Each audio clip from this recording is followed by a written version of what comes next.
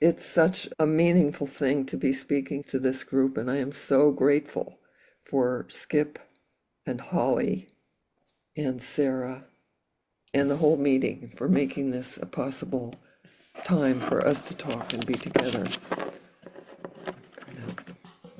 I know how much work it is to set up something like this, and I'm really grateful for all of you being here on, I think, what is a Sunday afternoon for a lot of you. It's still pretty early in the morning for me here on the West Coast.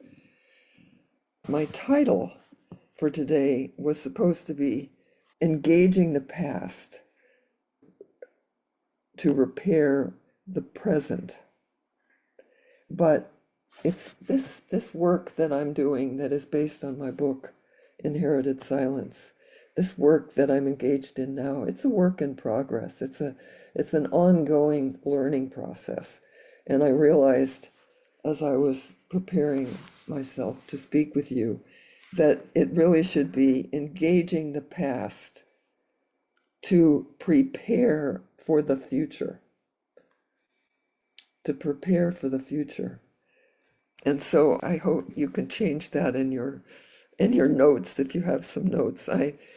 There are in the meeting house some copies of some notes references that I'll be referring to. As Skip said, as you and most of you know, and one person there really knows, I was a university teacher for a long time. All the time I was in Massachusetts, which was about 43 years. And I have habits that come from that culture. So there are lots of references on the reference list. And those on Zoom will get a copy of it or can have some of the things in the chat. There are quite a few of us now on Zoom. So I'd like to start with gratitude. This is a practice I learned from one of my mentors. By the way, I just wanted to say Skip's introduction was beautiful. Thank you, Skip. And it's completely mutual. I learned so much from Skip, including everything about Buddhism. That was my start with Buddhism. It was my start with paying attention, deeper attention to the indigenous people of the continent.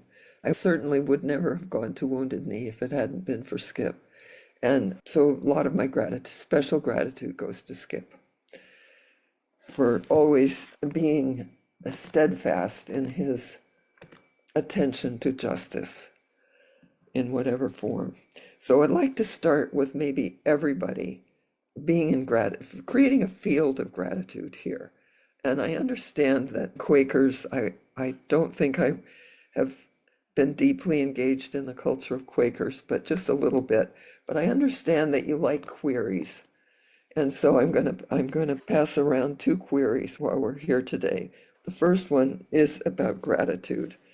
I'd like you to all be thinking with me of someone from your past who's been a role model for you, someone you're grateful for what you've learned from them, something that is serving you now in this great time of change that we are all engaged in. What is serving you now, and to whom are you grateful for these thoughts, practices, cultures that have given you this something that allows you to live in these times? So it could be someone from your own family lines, as you define them, or it could be someone from another culture. So just let's take another moment of silence to think about those.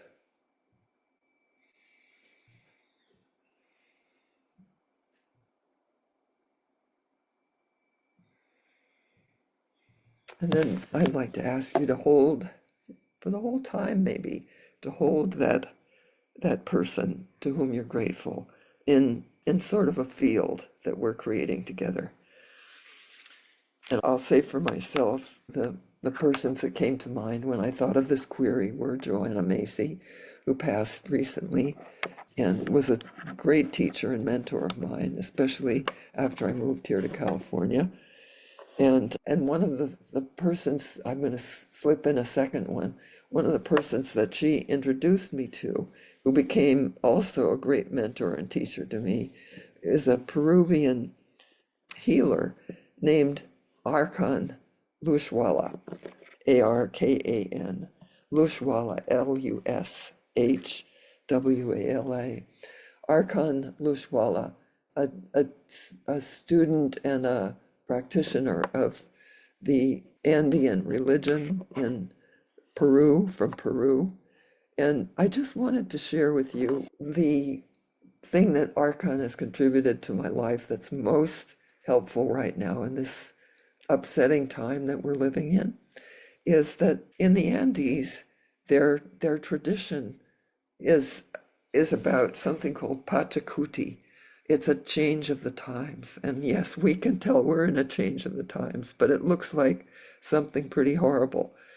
To the scholars and students of ancient times in the Andes, this is a time of change to an era. It's a really magnificent thought, to an era that will not be ruled by genocide, war, and domination, but another kind of era in which humans will be able to regain the loving cultures that they had, the respect for ancestors, and the respect for the earth, and hopefully the beginnings, the ability to restore our cultures and our peoples and our beliefs and our earth-centered energies and our earth. So I like to hold, I'm not from the Andes. This is not my practice, but it certainly is a comfort to know that there are many people on the earth who are thinking this now and who are seeking to make the changes in themselves that will make this possible. So that's my gratitude for starting this session. And now I'd like to speak a little bit about the book that I wrote, Inherited Silence, Listening to the Land, Healing the Colonizer Mind. That book in itself was an incredible learning journey, and I'm going to mention 3 things that I got out of that learning that I want to pass on to our thinking and the rest of our discussion today. I'm going to speak about that. I'm going to speak then about what I think with other people in this Zoom room and in the parlor we have talked about before. We've talked about that there is some good news going on all sides of the country, and I'm going to talk about that. And I'm going to introduce some people who, at least one person who's on Zoom, who's part of how I see this good news, and that's going to be Mary Watkins, who's probably already known to you. That'll come towards the end of things. And finally, we'll have a period of question and answer from the whole group and discussion, I hope, about engaging the past to prepare for the future. So, or any other things that come up to you that you would like to speak about or ask questions about.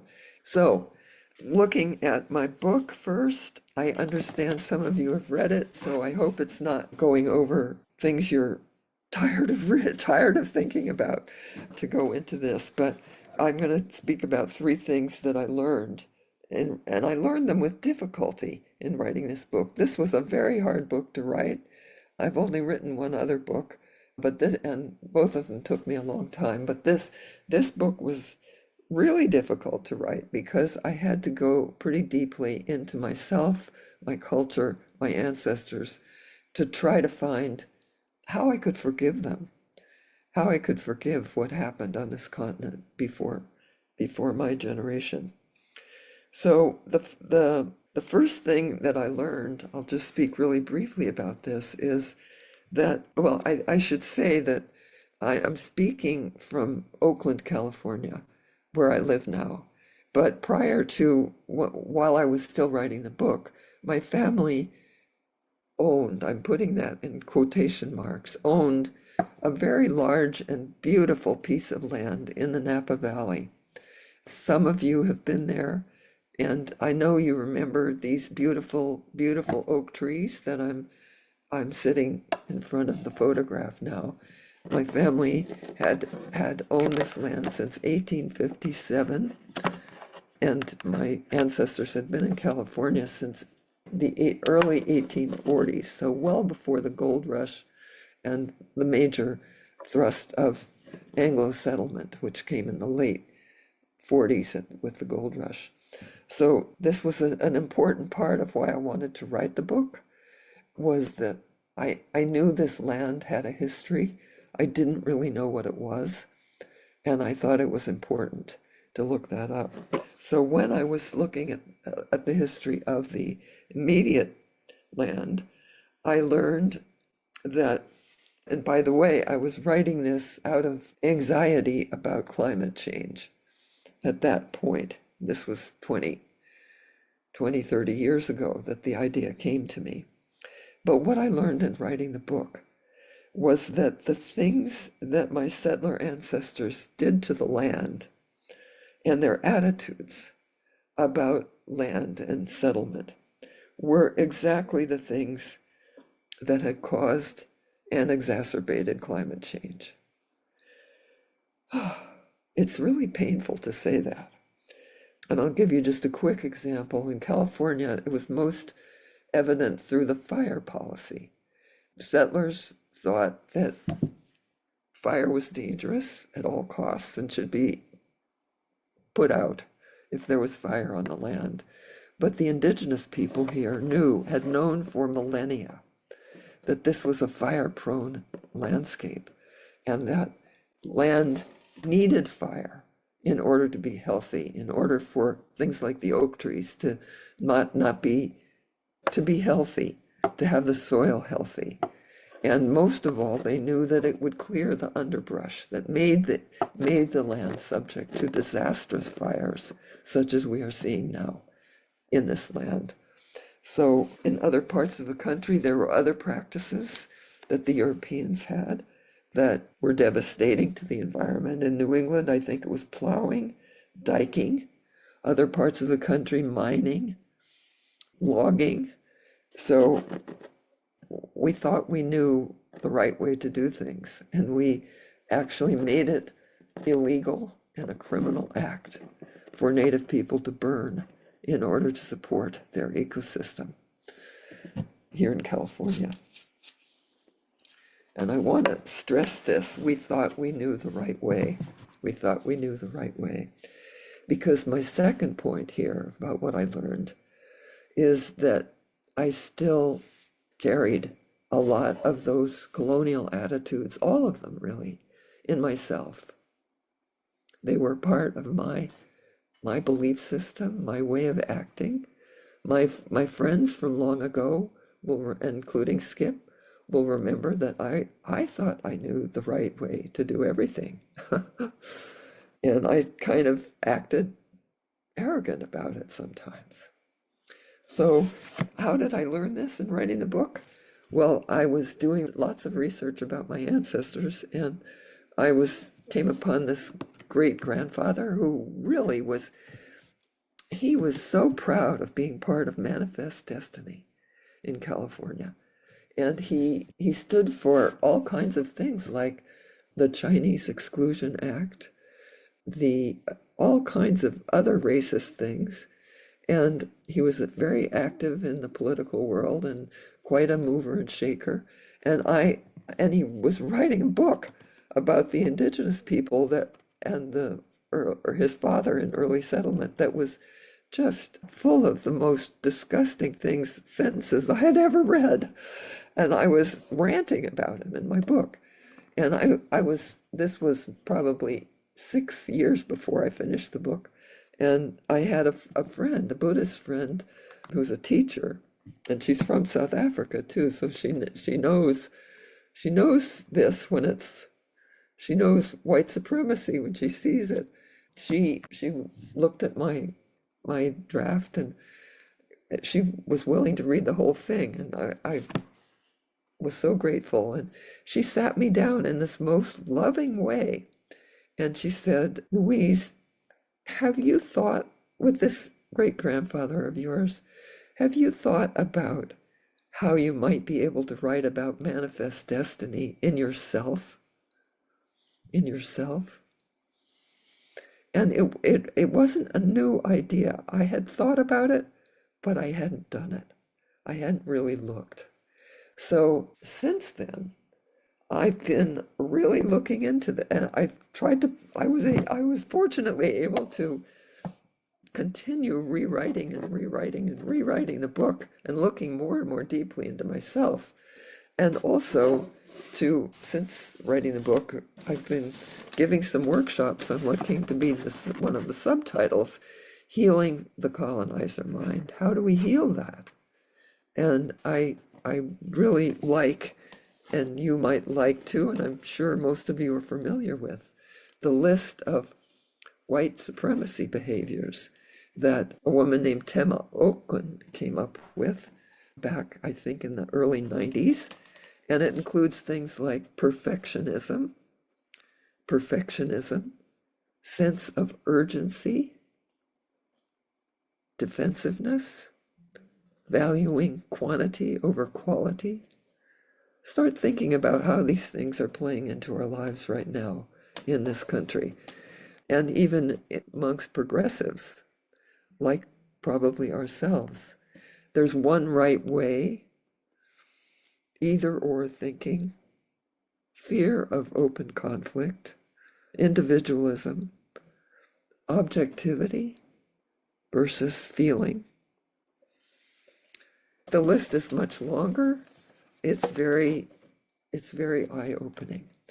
And so I recommend that list to you and to thinking of it, because it just helps to have names for these things that were the pride and joy of my ancestors, to feel that my blood ancestors anyway.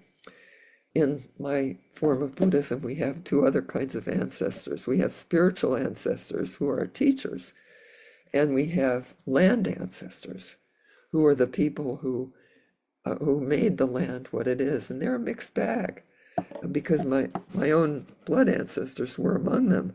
But these qualities are what I think of now as the colonizer mind. And I think if I can preach for a moment, I think they are what the Indigenous teachers are telling us we need to change in order to prepare for the future, because these qualities are holding us back. So yeah, so then there's one third piece that actually, here was another query. I thought maybe while I was talking about all this, that you might want to reflect for a moment on what are some of the, Skip put it very helpfully in a prep meeting we had yesterday. Let's see. What bad habits might you have picked up from your colonial lineage, if any, that are maybe making it harder to move effectively in the world right now? So just take a moment for that second query, and then I'll go on to my third piece of learning. Yeah. What bad habits of mind?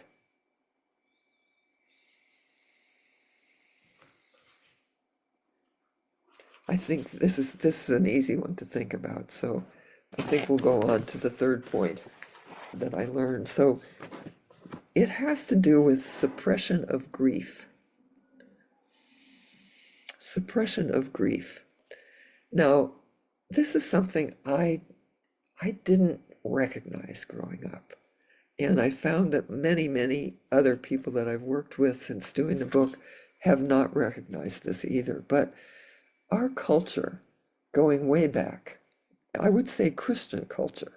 I don't know how Quakers acknowledge and practice with grief. I don't know and maybe I can learn about that in the Q&A, because I'd really like to. I think this is such an important subject. But when I traced my California ancestors back, because they had been on the continent for 6 generations before they came to California. 6 generations. And most of those generations were so-called Indian wars on the East Coast. So there was lots of opportunity for grief, but there was no practice of grief among the ones I'm descended from. They were all, the ones I'm speaking about, are all coming from Puritan backgrounds. And among the Puritans, I learned from reading a book about mourning in Puritan culture, I learned that mourning of any kind was to question the will of God. Even if there was a death of a child in your family, it was sinful to question that. And mourning was a way of questioning. And so this was not a practice among Puritans.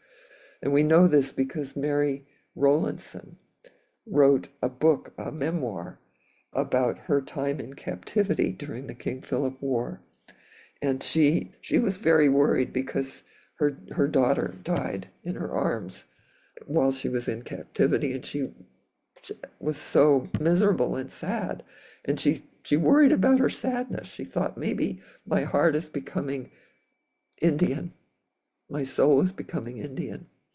And she tried everything she could do to stop the grief. I'm going to mention a couple of other things about it. Afterwards, I went back there's a native author named Martine Prechtel, wrote the book called The Smell of Rain on Dust, that's about grieving. And he cites something much older than the Puritans from the year 589 AD in Europe, in southern Europe, where the bishops of Toledo put out a document prohibiting grief. Now, I happen to know this was a period of time in Toledo when the early church, or the earlier times of the church, were still trying to gain control of pagan or practicing European indigenous people. And it was also a place in Toledo where there was a large Jewish and Arabic population.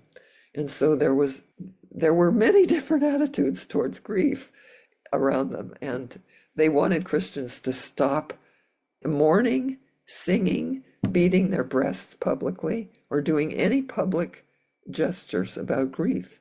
And they put out this bull about it. And they also quoted from the Bible, from St. Paul, saying, I could look it up if I didn't want to, if I wanted to take a lot of time, but I have the quote nearby. I can get it during the Q&A if you're interested. But it was basically St. Paul saying, for you know that in death you are coming to God's kingdom, so there is no need to grieve.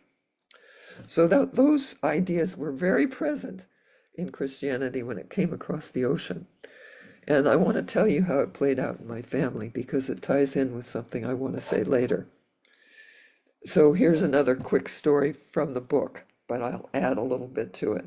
The family called Roper that I follow came over from England in 1637, the year of the Pequot War. The Pequot War was ongoing when they landed, and they went and built a little home in Dedham.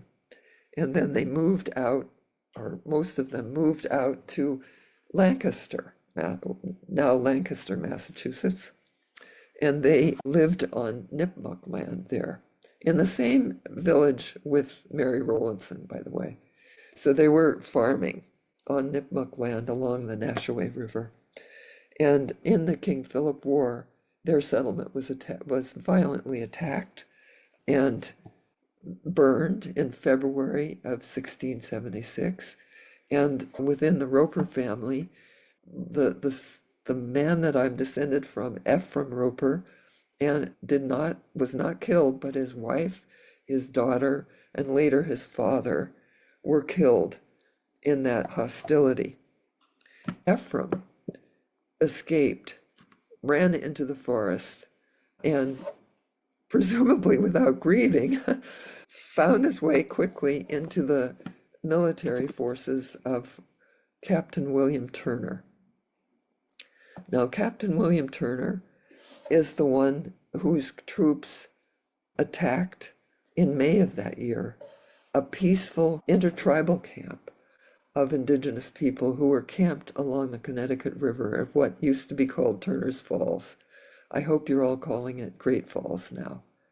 They were attacked, 200 to 300 men, women, and children, and a couple of warriors that were trying to protect them were killed. It was a really horrible massacre, and I have no written evidence, but I'm pretty sure my ancestor participated in that one. So that was not the end of his trouble, though. He came back to, I think it was Concord, met another woman whose husband had been, that's a bad story, I won't go into that, but he met another woman and they started a new family, went back to Lancaster, continued to farm. But you know, these Indian wars were continuing for 6 generations.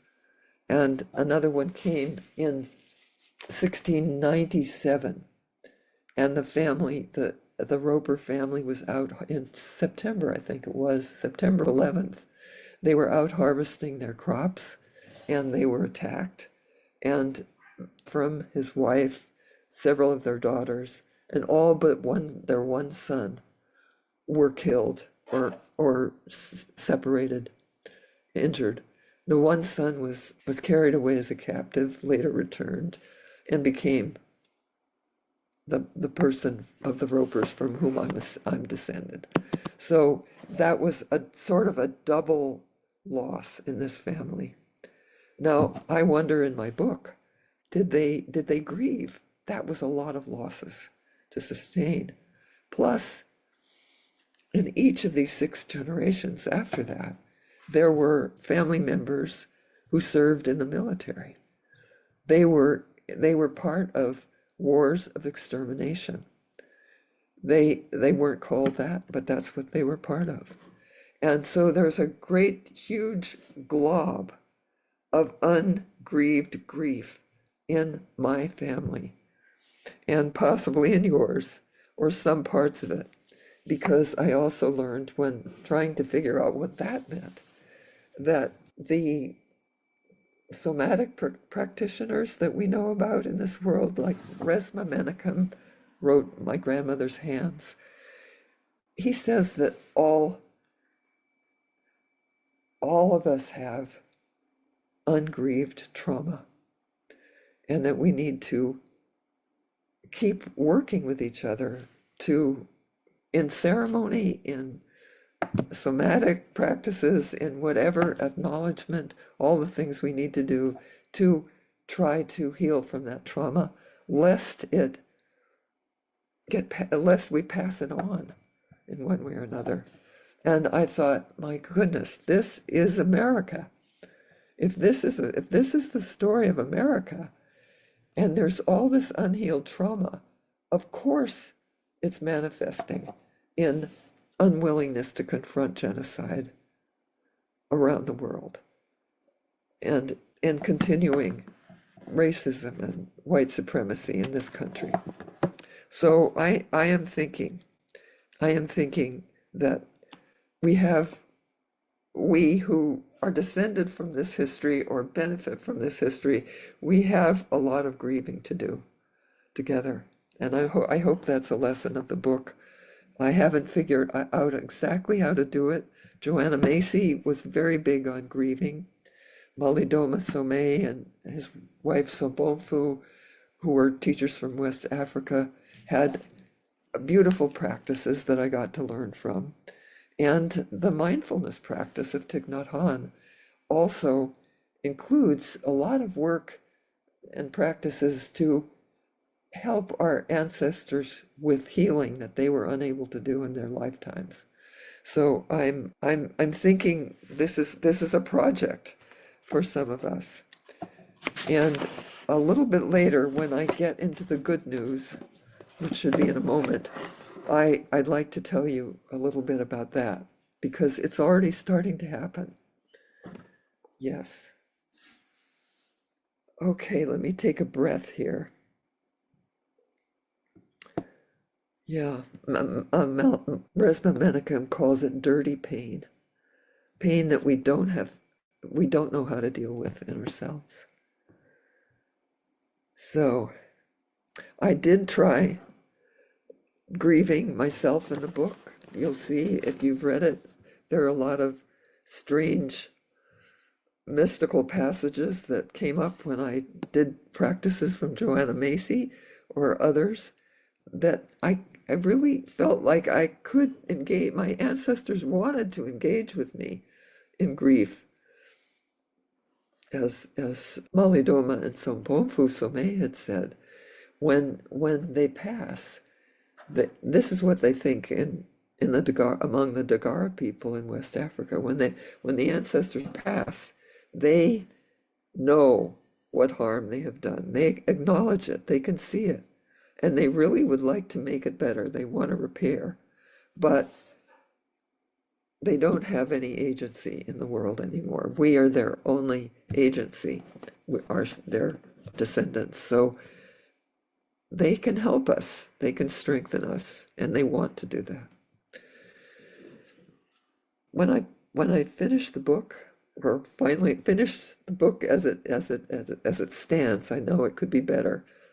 But I'm not a perfectionist anymore, so I'm not going to try for that. But when that happened, a lot of other things were happening in my life. Suddenly there were people in the family, amongst the family owners, who were dying, and there was a realization that we needed to sell the land.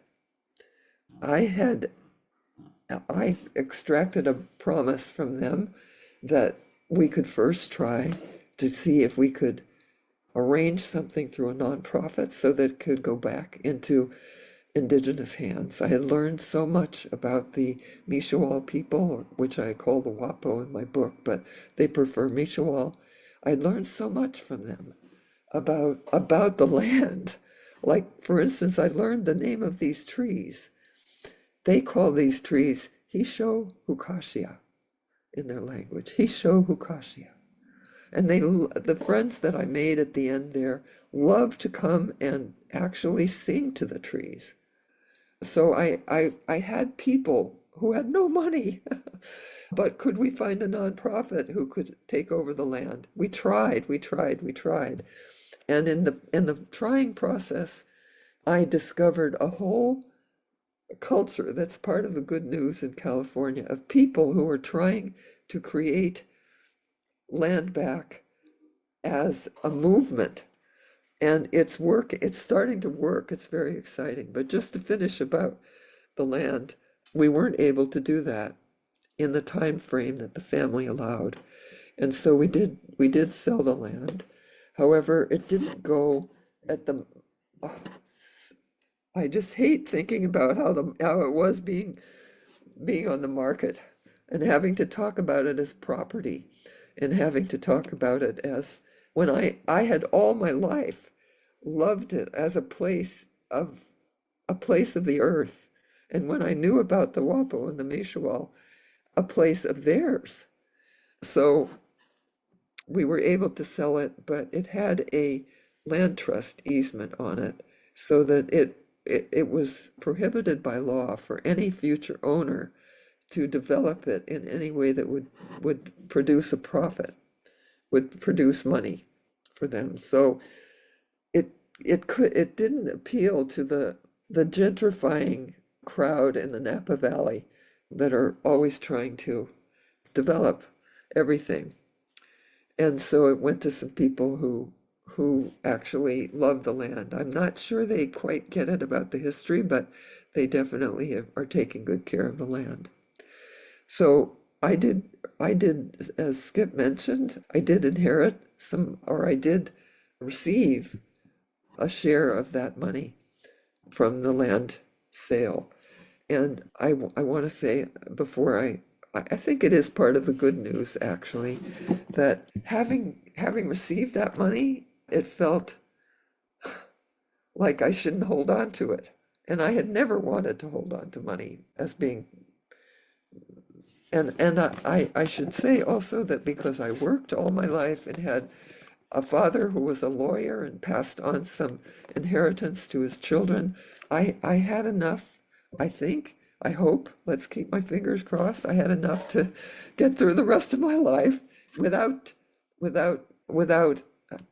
in conscience, in some degree of conscience, not really because, well, I've made a will that's a reparative will also, but and there's lots of other strains of my family that need reparations made, but I could give this money away, but it was hard. And as Skip mentioned, I gave a very significant amount to a tribe a little north of here in California called the Winnemem-Wintu that had the opportunity to buy back 1,000 acres of their land if they could crowdsource the money. And they did relatively easily, and I was able to give the first chunk of it so that the whole thing could roll forward. And it was, I was raised by parents that started out during the Depression, and it was hard for me to let go of the fear of scarcity. But I did. And when I was able to start writing checks for these huge amounts of money, it felt so good.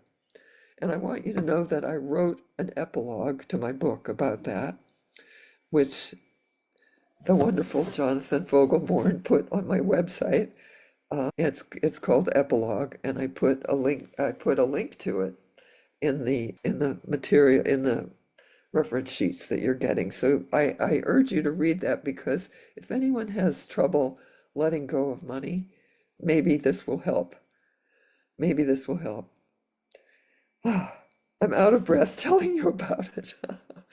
It was really a major piece of letting go of the colonizer mind to be able to give this donation. So thank you for mentioning that. And that is the beginning of the good news. The epilogue will also tell you about project after project that I've been able to connect with in Northern California, such as the land I live on, the Segurite Land Trust land. You may know about them. There are something like 20 new land back projects that I've been connected with. Let me switch to the good news right away. And there's a piece of good news on the East Coast that actually is my good news too, and that is Peskamscot. That is the name of the place of the massacre at Great Falls that I mentioned during the King Philip War.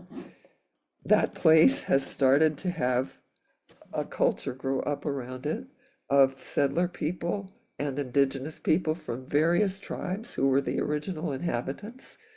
And there is a group called No Lumbeka Project. You got to write that down because it's not in my notes. No Lumbeka Project. No Lumbeka Project. And they just had their 12th anniversary of the harvest festival that brings all cultures together in repair. And it is beautiful. And there are some links about it, but I'm in the reference material.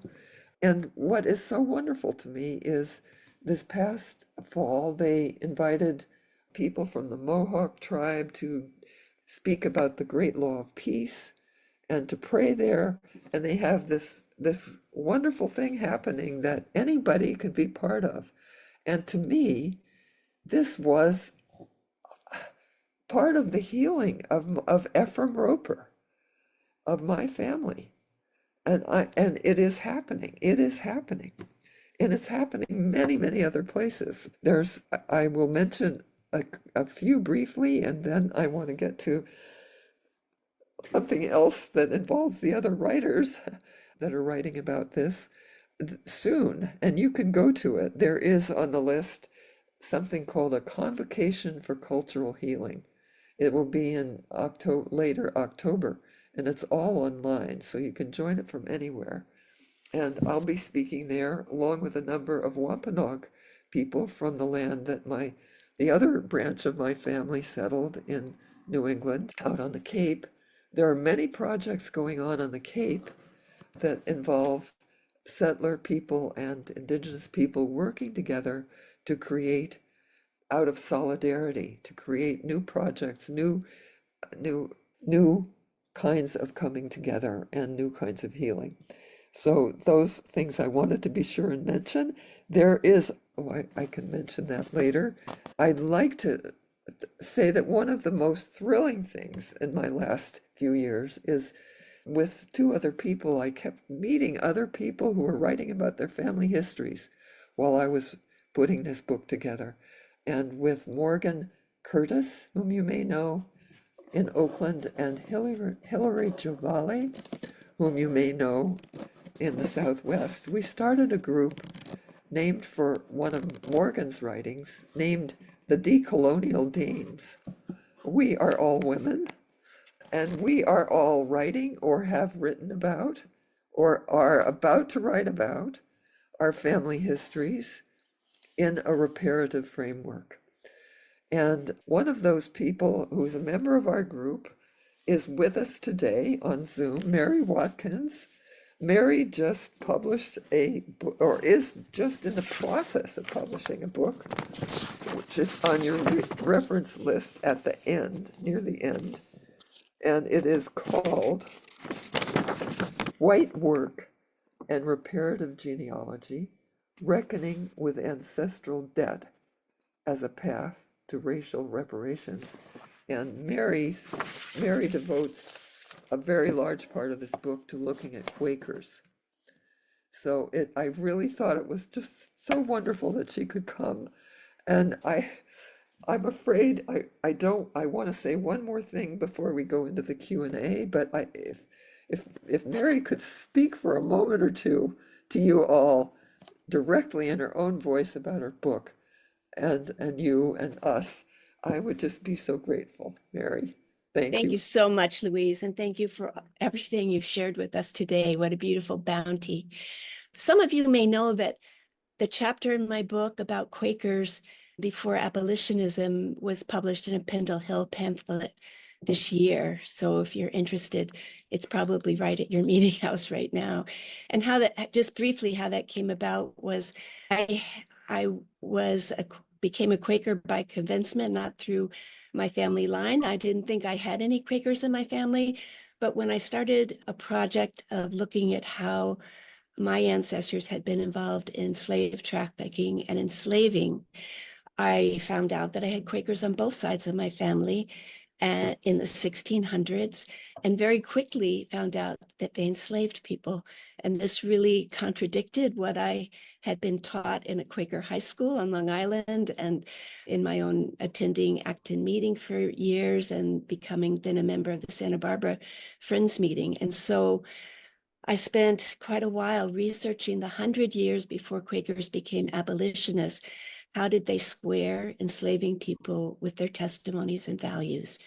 And that's the short description. Thank you, Louise. That's fantastic, Mary. You are so good at being brief and succinct and telling it all together. That's great. I have a copy of the book to look at, and I'm excited to do that as soon as I can. I also want you to know about two events that are coming up that are really going to be exciting. One of them is there's a woman named Lila June Johnston. Anybody know about Lila June? If not, you will love this. She is doing a 3-part workshop, or it's called Building Solidarity with Indigenous People 101. I think that's the key piece that I've learned since writing the book, since finishing the book. We need to build, those of us who are not Indigenous need to build solidarity with those that we would like to make reparations to in some way, or learn more about. But it's not easy to do. There's 500 years of hard feelings. And how can we do this? And Lila June, who is Diné or Navajo, is a very wonderful teacher. And I can't say enough about that. I've signed up for it myself, especially so I'll know how to, for what I can learn. Lila June also has some European ancestry that she talks about when she's teaching. So that's one thing. And the other thing is on Indigenous Peoples Day, which is October 13th, there's a major, major event coming to a head that I've been part of for quite a while now, I'm working with a group of faith-based practitioners, Unitarians, Mennonites, the Coalition to Dismantle the Doctrine of Discovery, and other Buddhists and Methodists and Catholics. There aren't any Quakers as yet, but you could join to support a group called the Apache Stronghold. They are based in Arizona, in mining country, and the federal government owns as Forest Service land their most sacred site, a place called Oak Flat. And Oak Flat is about to be turned over to a Chinese, I think, copper mining interest that will turn it into a huge crater, destroy the aquifer, and make it impossible for the land to support this sacred site, which is the place where their young women, who are the peacekeepers in Indigenous cultures, where the young women are initiated when they come of age. So this is all happening, and there's going to be a big ceremony of faith leaders from all over the country coming to Oak Flat on the 13th, and there will be virtual prayer circles, which is what I've been working on, interfaith prayer circles, including a lot of silence, because the Buddhist part is very silent some of the time, and sometimes chanting. There will be interfaith prayer circles happening all over the country. We hope the leader of the Apache people has just finished doing a national tour called Defend the Holy. Now, this is really good news because he's saying people are sobbing right now in this world because they understand, in this country, because they understand how our government has not been a democratic government, has taken land, has taken sacred land, has violated the Constitution over and over and over again. And we are joining forces together to end that. So I feel really happy to be able to support this group in taking care of the earth, making repair to a tribe that's been genocided and pushed around for a long time, and learning more about the history of it. So I pass that on to you too, and I would be happy to work. My email address is in the references. If anyone wants to start a Quaker group or have a vigil or sponsor a vigil on the 13th, we would just be so happy for that. And I'll put myself way out of whack to help you do that, because that's my biggest activist focus right now, other than giving talks and listening to what people think. A poem by a Buddhist teacher of color who recently passed, Larry Ward, the author of America's Racial Karma, a beautiful, beautiful book that came out while I was writing mine and helped me to frame some of what I was thinking in my book. And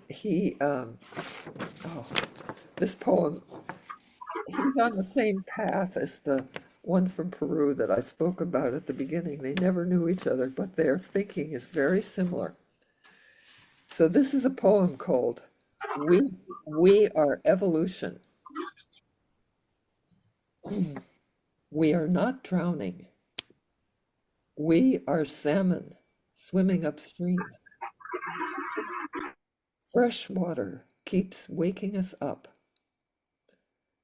It takes every ounce of courage to heal ourselves, to remake the world, to reclaim our humanity from the fog of illusion.